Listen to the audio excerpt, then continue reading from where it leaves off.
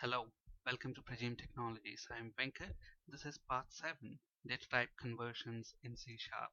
In this session, we will learn implicit conversions, explicit conversions, and the difference between parse and try-parse methods.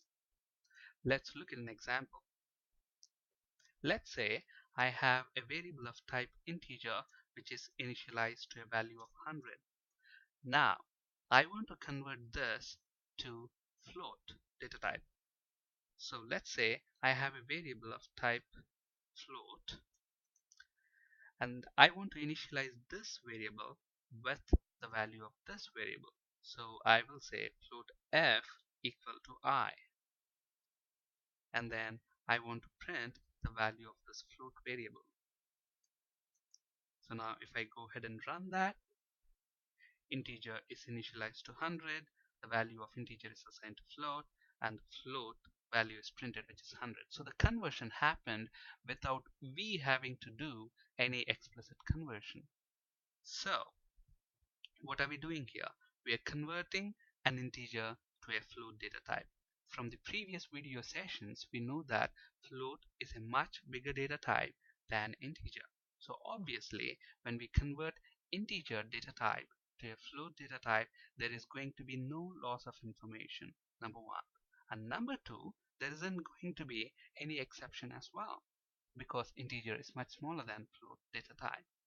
Okay, so implicit conversion, when does that happen? Implicit conversion is done by the compiler for us automatically when there is no loss of information if that conversion is done. So obviously when we convert from integer to float, there is going to be no loss of information, and if there is no possibility of throwing any exceptions during that conversion. Okay, because float is a much bigger data type than integer, so there is no possibility of overflow exception happening. So that's why the conversion happens for us implicitly without we having to do it. Okay, so let's think about this the other way around. Let's say I have a variable of type float which is initialized to 123.45, and since it is a float variable, I have to suffix letter f. Now I have another variable of type integer I, and I want to initialize this with a float value. So if I do this, look at the red squiggly line under that f cannot implicitly convert type float to int, because we know that float is a much larger data type than integer, number one. So there is a possibility of overflow exception if the number is much bigger. But in our example here, the number is 123.45. So integer can hold 123. In fact, it can hold a much bigger number. So there isn't going to be an overflow exception, but there is going to be loss of information. In what form? Float can have fractional part, but integers cannot have fractional part. So now if we actually try and print this integer, have a look at what's going to happen. It doesn't give us any exception. Sorry, but we have to do that conversion here because compiler will not do the conversion for us. And there are two ways to do the conversion. That's the explicit conversion. Because look at this, integer cannot hold fractional values. So if the compiler were to do this conversion, what would have happened? We would have lost that fractional part. And if this is a measurement of some, engineering calculation or a chemical formula or any financial value, it would have a great impact on the business. That's why the compiler, you know, if there is going to be any loss of information or if there's going to be an exception, it will not do the conversion for us. We have to do that explicitly. Okay, and how do we do it explicitly? There are basically two ways. One is you can use the typecast operator, which is an opening and a closing parenthesis, and the other way is we can use the .NET Framework's convert class. So let's go ahead and use the typecast operator. So I want to convert this variable to be of type integer. Now if I go ahead and run, look at this. The actual value of this float variable is 123.45. But since we have converted that to an integer, we have lost that fractional part.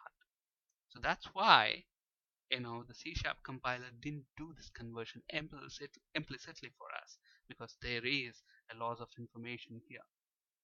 So obviously, so the general rule is that if you're converting from a smaller data type to a bigger data type, the conversion happens for us implicitly.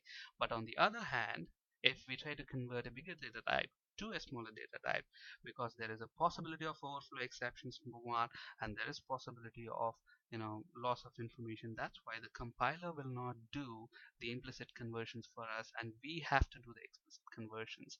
And one way to do the explicit conversions is to use the typecast operators as shown here, and the other way is to use the convert class. For example, I can do the same thing using the convert class, convert dot to int. Now you will see different versions of to int methods here: to int 16, 32, 64.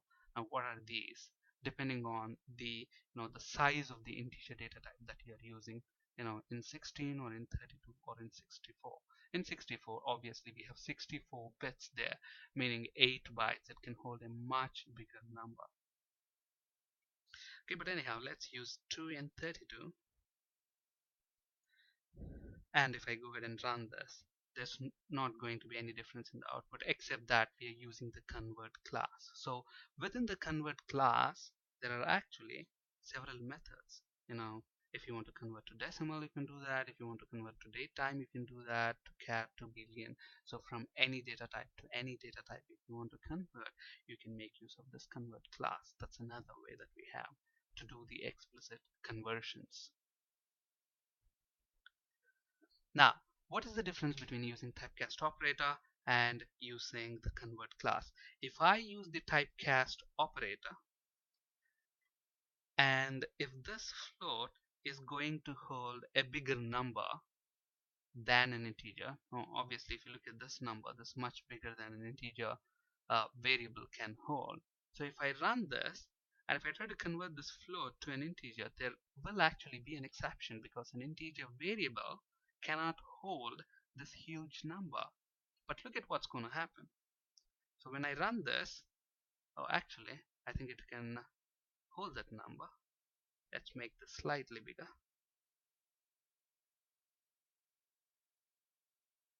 Yeah. So now if you look at this one, we got a number saying -2. This is the least, the minimum number of an integer. Okay. The interesting thing to notice here is that the typecast operator did not throw an exception. It tried to do that conversion from float to integer, but it failed, and it is just showing the minimum number that it can hold. So if we use the typecast operator, we don't get an exception. But on the other hand, if we try to do the same thing using the convert class, we get the exception. So when I use the convert class, so convert dot to int 32, if I run this, I get an exception, unhandled exception, system.overflow exception. Obviously, this value, when I'm trying to hold that in this variable of type integer, it cannot hold it. It's much bigger, so obviously overflow exception occurs. Okay, so there are two ways to do explicit conversion. One is to use the typecast operator, the opening and closing parentheses, and the other one is to use the convert class. The difference between them is that we use the typecast operator, we don't get an exception, whereas with the convert class we get exceptions, if there is any exception. So we have seen the implicit and explicit conversions. So this is an example of an implicit conversion example which we have already seen, and an example for explicit conversion as well. And as I told you, there are two ways to do it, using the typecast operator and the convert class. Difference: typecast operator doesn't throw an exception if there is a problem converting that data type, whereas convert class does throw an exception. And finally, there is another way to actually convert between data types. For example, let's say the number that I have is in a string format. For example, str number equals 100. So basically, this is a number. We know that as humans. But then since that is, enclosed within double quotes, it is treated as a string by the C# compiler. So because of that, if I try to do this, int I is equal to str number, if I try to do this, the compiler will throw an error string saying that cannot implicitly convert between types, string and integer. Okay, so obviously we got to do the explicit conversion. And if the number is in a string format, there is a better way of doing this using the parse method. So we want to convert this to integer. So int dot parse function, and you call that, look at the data type.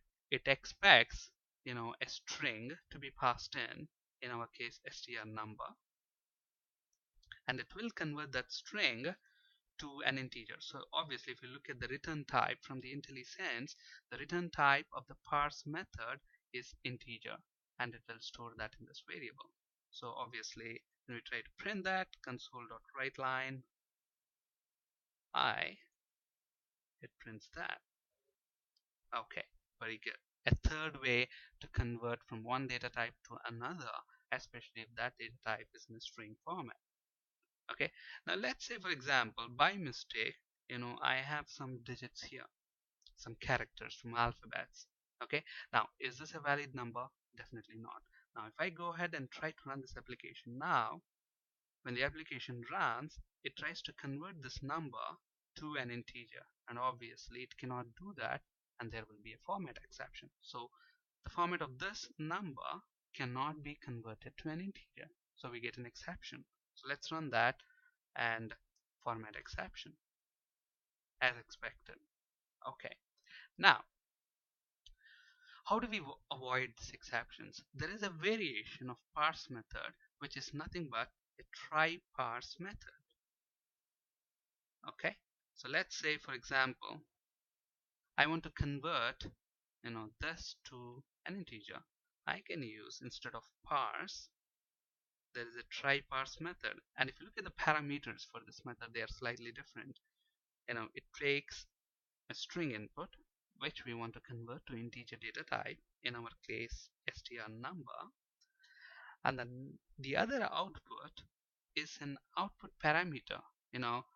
After this method converts this to an integer, where should it store that value? Into the parameter that we are going to pass right here. Okay, so first let's create a variable to hold the result. So int, let's say result, and let's initialize that to 0. And now we pass this variable as a second parameter. So now what's going to happen? Okay, another important thing, you have to use the out keyword. I'll tell you why in just a bit. Okay, so this try parse method is going to take the string, convert it to integer, and store it in this variable. And this is an output parameter for this method. Now, functions can have different types of parameters: value parameters, reference parameters, output parameters, and parameter arrays, which we'll be talking about in a very great detail in a later session. So until then, don't worry about that. But what's happening here is this try parse method converts the string into an integer and stores in this variable. But here, look at this. The string cannot be converted to an integer. So what will happen to this? This will remain 0. And another interesting thing to note is that the return type of try parse method is actually Boolean. So what does that mean? The try parse method will return true if the conversion is successful, otherwise it will return false. So there is a Boolean return data type that's coming back. If the conversion is successful, it returns true, otherwise false. So we can say bool is conversion successful. Now, if this conversion is successful, then this method will return true. So what we can do is, if conversion is successful, then we know that there will be an integer number that we can print.